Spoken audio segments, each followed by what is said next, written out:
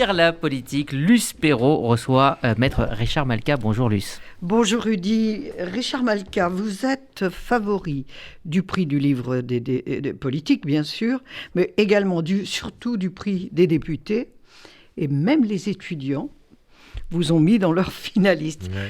Le samedi 12 février à l'Assemblée nationale, c'est la 31e journée du livre politique. On y décerne 3 prix, tous autour des essais politiques. Votre livre est dans les 3 sélections et grand favori du prix des députés. Le fait que vous soyez favori du prix des députés, dont la définition est un signe que les élus de la nation envoient aux citoyens, aux Français. Qu'est-ce que ça signifie pour vous ? Écoutez, que vous ne parlez pas dans le vide, que vous ne plaidez pas dans le vide. C'est très symbolique pour moi, ça fait évidemment chaud au cœur à titre personnel, c'est très émouvant que les députés... présidé par le président ce jury est présidé par Richard Ferrand, président de l'Assemblée nationale. Envisage d'honorer un livre qui s'appelle Le droit d'emmerder Dieu. Je pense qu'il y a qu'en France que ça peut exister. C'est un symbole qui est absolument magnifique. Et puis au-delà de ça, évidemment, je le prends comme un hommage à mes amis de Charlie Hebdo. Donc ça me touche terriblement. À l'Assemblée nationale, nous avons... Alors, le prix du livre politique est allé à Reiss. Oui. L'an dernier, c'est Coco. Oui. Donc... il n'oublie pas, vous n'oubliez pas, et bravo à vous. Je pense que c'est très important. C'est une manière, je pense, de répondre laïquement. Absolument. Et non, mais je vous dis... Toutes ces bulles puantes qui continuent d'envahir l'atmosphère en France. Mais je trouve ça très émouvant, très courageux, et c'est un magnifique symbole. Donc, bravo au jury de députés d'avoir eu ce courage. Aujourd'hui, emmerder Dieu, donc c'est votre plaidoirie. C'est l'intégralité de la plaidoirie que vous deviez prononcer au procès Charlie Hebdo. Et est-ce que ça prend d'autant plus de sens que vous évoquiez avec Rudy et ce qui s'est passé envers notre consoeur Ophélie Meunier. Est-ce que nos libertés sont vraiment menacées totalement aujourd'hui, pour reprendre une citation du Point ? Alors, oui. Tel que c'est dans le livre, mais là c'est encore... Non, mais absolument. Ça veut dire que ça n'a pas servi de leçon. Ce dont il faut avoir bien conscience, c'est que la liberté d'expression est au-dessus des autres libertés. Et c'est pas un hasard si Mirabeau l'a qualifiée la plus précieuse. Depuis la Constituante. Absolument, parce qu'en réalité, toutes les autres libertés en découlent.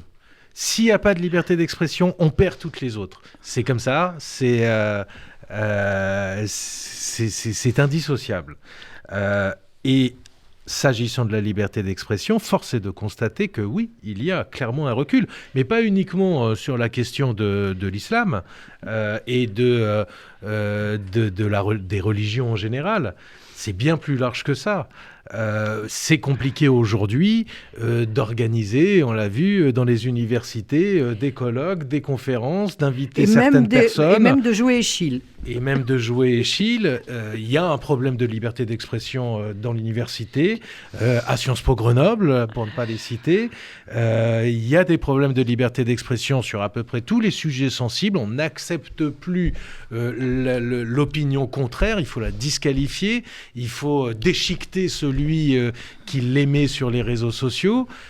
Il y a une cancel culture. Oui, le temps n'est pas bon pour la liberté d'expression, donc pour toutes les autres libertés. Oui, mais cette liberté fondamentale et toutes les autres libertés, c'est ce qui fonde notre République, avec l'égalité et la fraternité. Alors, si la liberté... est-ce que la République est menacée comme les libertés le sont ? Si la liberté d'expression s'amenuise, les autres libertés aussi, et donc le régime démocratique et l'état de droit. C'est lié. C'est indissociable. Et on voit à quel point aujourd'hui mais dans le monde entier. Alors là, c'est pas qu'en France. On voit à quel point la démocratie, peu à peu, perd ses partisans. Oui, mais la France, c'est une... Sondage après sondage. Absolument. Mais ce qui est plus grave en France, c'est que c'est une longue tradition. Vous remontez avec raison aux encyclopédistes Oui. Et aux Lumières. On l'a inventé. On l'a inventé, ouais. Voilà. Donc, comment est-ce possible au pays de Voltaire et de Diderot d'en arriver là ? Et de Rabelais, et de Montaigne, et de la Révolution française. Rabelais, Montaigne, c'était encore bien avant. Et de François Villon. Et de François Villon, et de Molière. Et de Molière. Tartuffe, Dangion, bon. Notre pays a une histoire particulière. C'est pour cela que ce n'est pas anodin que ce soit en France. C'est pas anodin. C'est aussi ce qui fait que nous résistons bien plus que d'autres pays à ces nouvelles modes idéologiques dont je parlais tout à l'heure. On parlait du wokisme ou de la cancel culture. Et même, il y a une résistance beaucoup plus forte que dans d'autres pays européens en particulier au phénomène islamiste. Parce que nous portons un universel qui s'oppose, que nous le voulions ou non. Une longue tradition que de nous pensée portons d'agir. Une tradition. La caricature, en France, elle est et il y a peu de pays au monde, elle est absolument associée au combat laïque. En 1905, il y avait des journaux entiers qui étaient consacrés à la caricature de l'Église et du christianisme. Il y a une histoire particulière. Personne n'a été égorgé. Et personne n'a été égorgé. En 1791, la France est le premier pays au monde à abandonner la législation sur le blasphème. Nous sommes le premier pays au monde en 1789 à avoir fait de la liberté d'expression une liberté fondamentale. Donc il y a une histoire particulière, ce qui fait de nous des ennemis de ceux qui veulent supprimer ces libertés. Que nous le voulions ou non. C'est pas un hasard si en France il y a eu plus d'attentats, bien plus d'attentats et de morts que dans tout autre pays européen. Et ça remonte à beaucoup plus loin que Charlie. Beaucoup plus loin.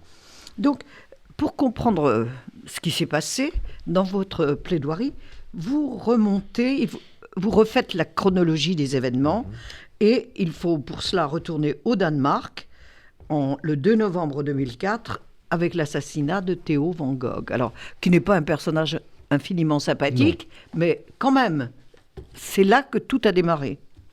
Oui, parce que Theo van Gogh, qui effectivement est un polémiste très sulfureux, qui s'en était pris aux juifs, aux catholiques, il y avait eu des menaces de procès, et puis rien de plus, s'en prend à l'islam avec Ayaan Hirsi Ali dans le cadre d'un documentaire dénonçant la soumission de la femme en islam, ça s'appelle Submission.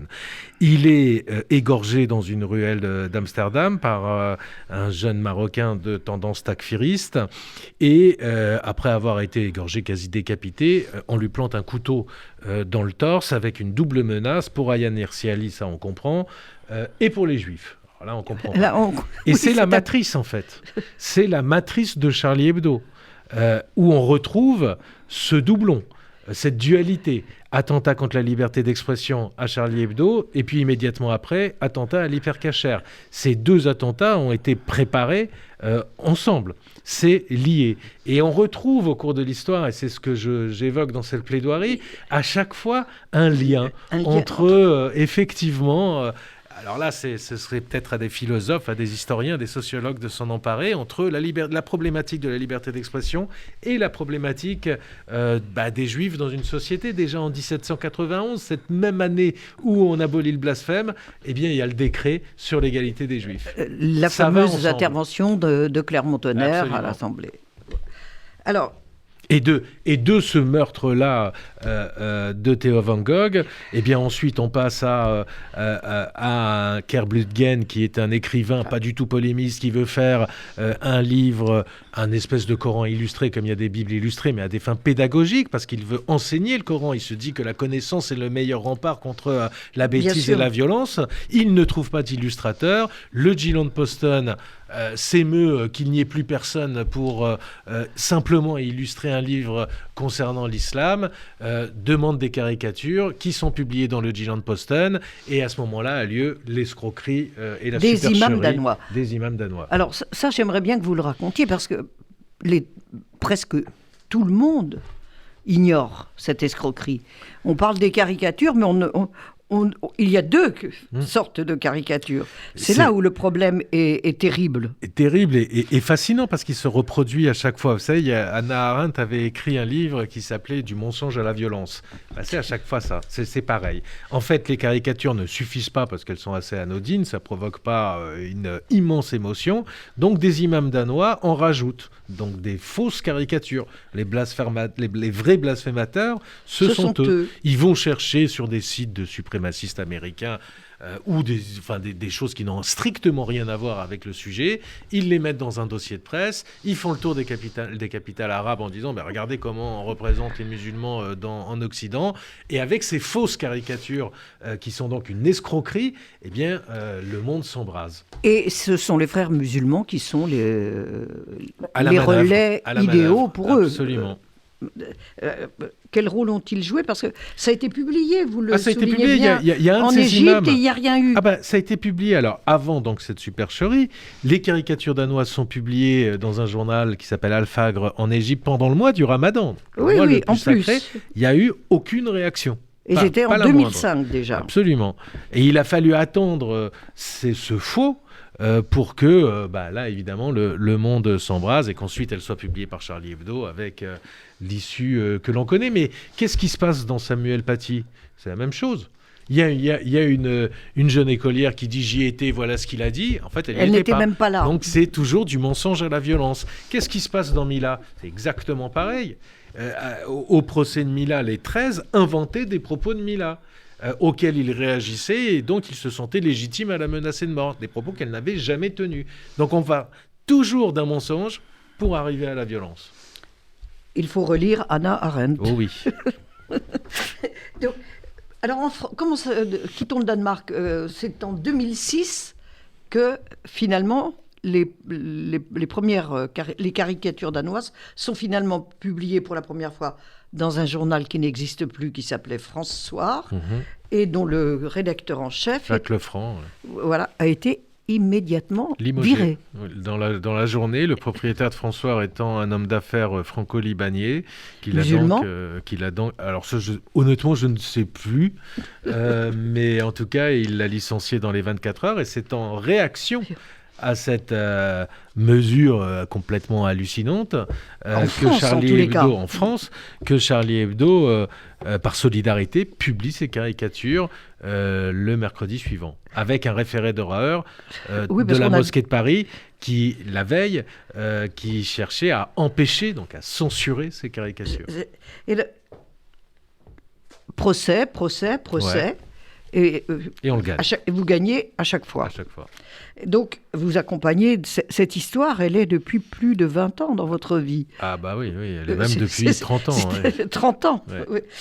Mais l'histoire des caricatures. Oui, parce que ça a basculé. Au début, les procès de Charlie Hebdo, c'était l'Église... Enfin non, c'était pas l'Église catholique, c'était des associations catholiques intégristes qui poursuivait tout le temps Charlie Hebdo. Ça, c'était la première décennie. Mais au tournant des années 2000, elles ont arrêté et des associations liées à l'islam ont pris le relais. Et comment en arrive-t-on? Pourtant, il y a eu quand même beaucoup d'alertes. Charlie Hebdo était protégé, comme vous l'êtes, vous également. Comment en arrive-t-on aux attentats du 7 janvier 2015? Là, c'est l'histoire, effectivement, de compromission intellectuelle. Vous savez, avant un attentat, ça n'arrive pas comme ça. Il y a une préparation intellectuelle, idéologique, ça ne vient pas de nulle part. Il y a un terreau de complaisance. Sinon, il n'y a pas d'attentat. Il y a un fondement idéologique. Alors, il est multiple. Il vient de l'extérieur, mais il vient aussi de l'intérieur. C'est-à-dire que dès la publication des caricatures, il y a une complaisance qui est au début dans le monde politique. Alors justement, c'est tous ceux qui ont en quelque sorte, comme vous l'écrivez, allumé la mèche, ça commence par le président de la République de l'époque, censé défendre la France et ses valeurs, Jacques Chirac. C'est ça qui alors, On ne peut pas dire...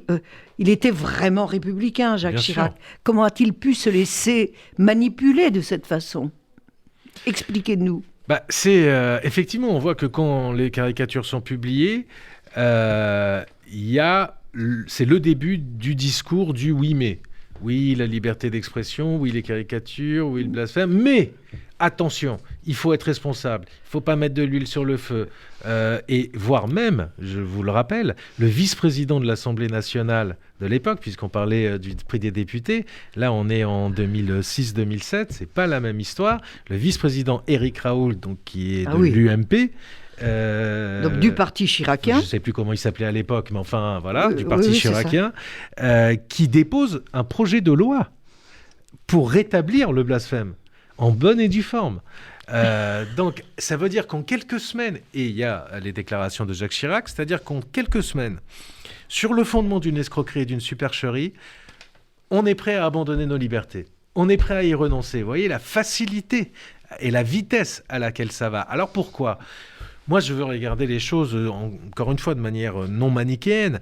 Je peux comprendre, à cette époque-là, le raisonnement consistant à dire, bon, vu les réactions internationales, bon, les caricatures, c'est bien beau, mais enfin, si c'est pour déclencher une guerre, on n'a pas très envie. Tout le monde veut vivre en paix. Hein. Nous aussi, on veut vivre en paix. Donc, on se dit, si pour vivre en paix, il faut abandonner les caricatures, pourquoi pas ? Et sauf que, et c'est le fil conducteur de ce livre, sauf qu'en fait, on se trompe.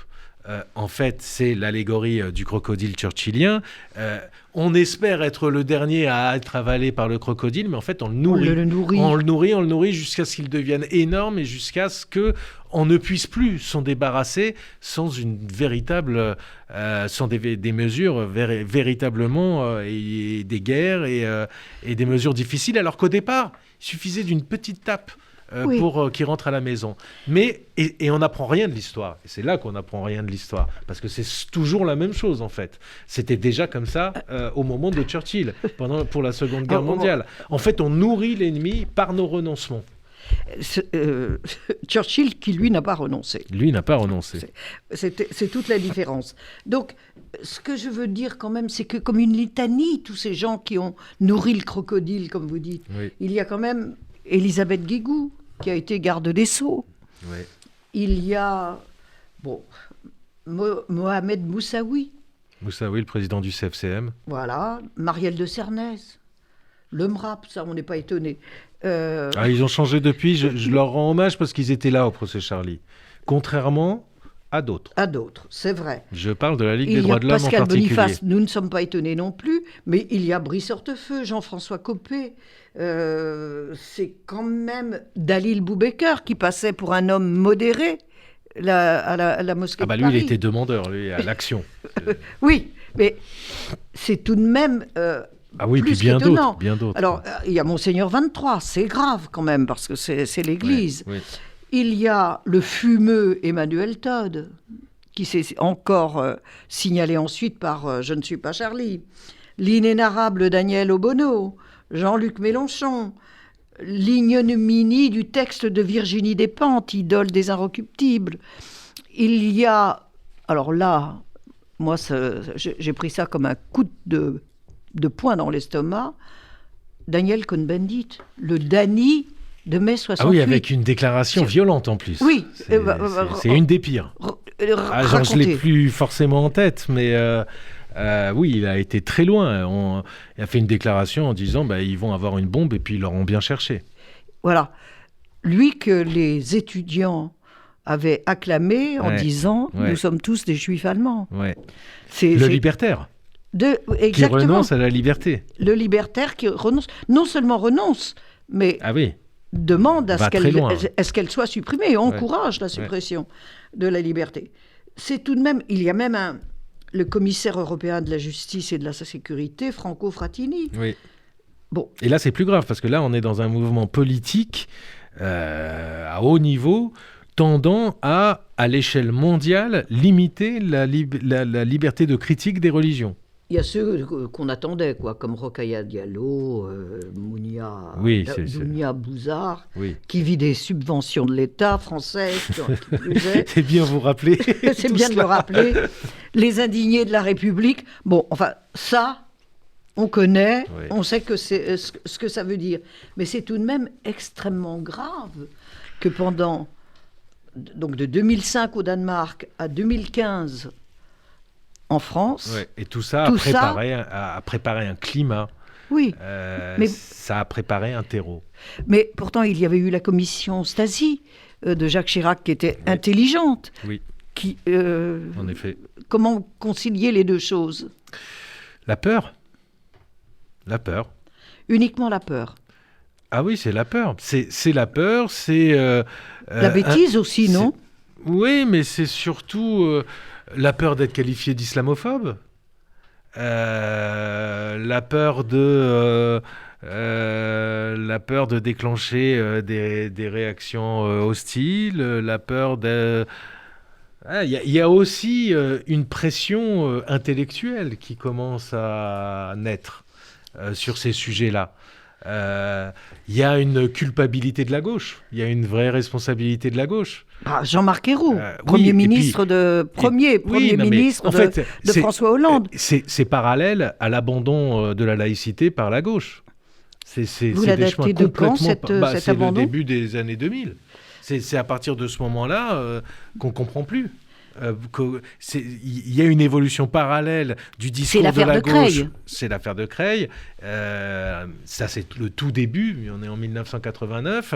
Mais il y a la problématique de la liberté d'expression est totalement liée sur ce sujet-là à la problématique de la laïcité. C'est-à-dire qu'il y a une gêne de la gauche parce que c'est la fameuse problématique des damnés de la terre. C'est l'idéologie victimaire qui fonctionne à plein régime. L'idéologie des frères musulmans et qui fragmente la gauche. Et donc on perd nos soutiens intellectuels et culturels. Or ça se passe à gauche sur ce terrain-là. Et à partir de ce moment-là, tout se délite. C'est la gauche qui renonce alors que la gauche a imposé la laïcité, la loi de oui, bien 1905. Oui. Et le... Ah oui. Et Historiquement, la supprimer laïcité, c'est la gauche. Et le délit de blasphème. Et la laïcité va migrer à droite. Et aujourd'hui, heureusement, parce que là encore, il faut quelques motifs d'espoir, depuis ce procès Charlie Hebdo, depuis Samuel Paty, on sent quand même, d'abord chez l'électorat de gauche, une vraie prise de conscience, mais malheureusement, il a été abandonné, cet électorat, mais même dans les partis de gauche, il y a un mouvement. Le Parti socialiste a refusé d'aller à la manifestation du 10 novembre contre l'islamophobie. Bon, le discours de Fabien Roussel, moi je le trouve formidable. tout à fait courageux C'est et très admirable courageux à sur gauche. les valeurs républicaines. Après, je suis pas d'accord avec lui. Ça fait du bien, non? Mais ça fait beaucoup de bien et vraiment, et c'est pas facile pour lui là où il est. D'où il parle. D'où il parle. Donc il faut le saluer. Et pour autant, je ne suis pas communiste et je n'adhère pas à leur programme économique et social. Mais là-dessus, vraiment, bravo. Bravo, ça fait du bien, vraiment. Oui, c'est ce que je viens de souligner.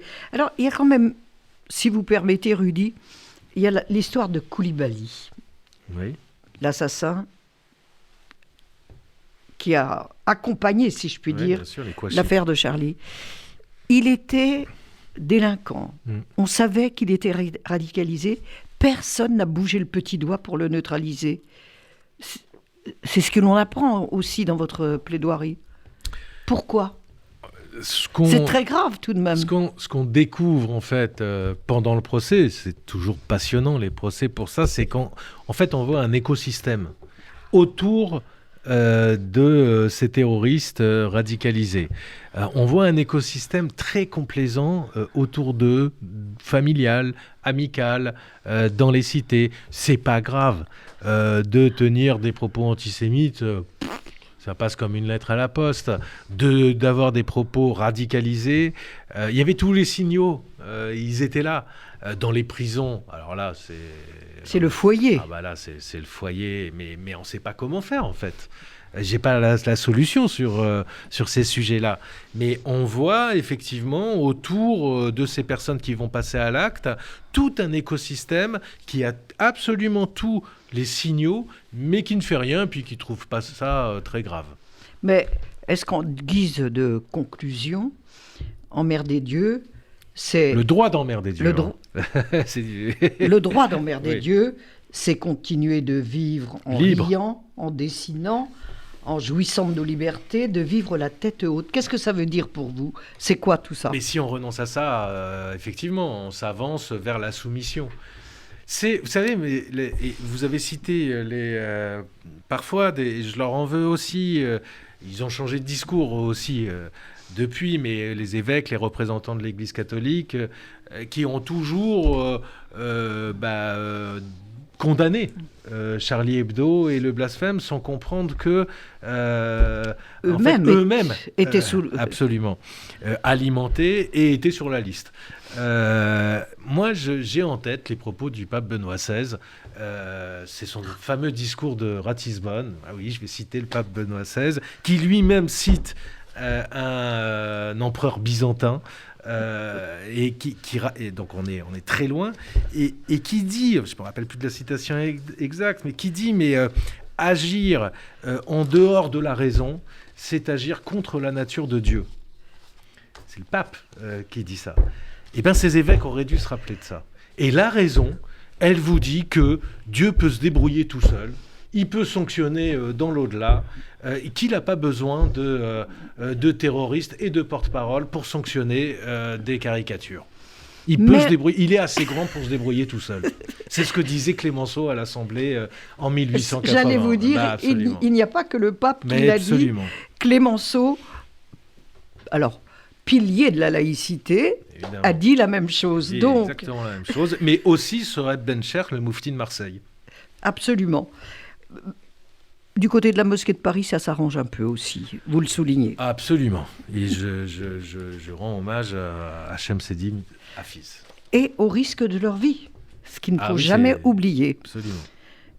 Richard Malka, Le droit d'emmerder Dieu, c'est publié chez Grasset, un concentré de talent, de défense de nos libertés, c'est à lire absolument. Et retrouvez Richard Malka à l'Assemblée nationale ce samedi 12 avril dès 9h30.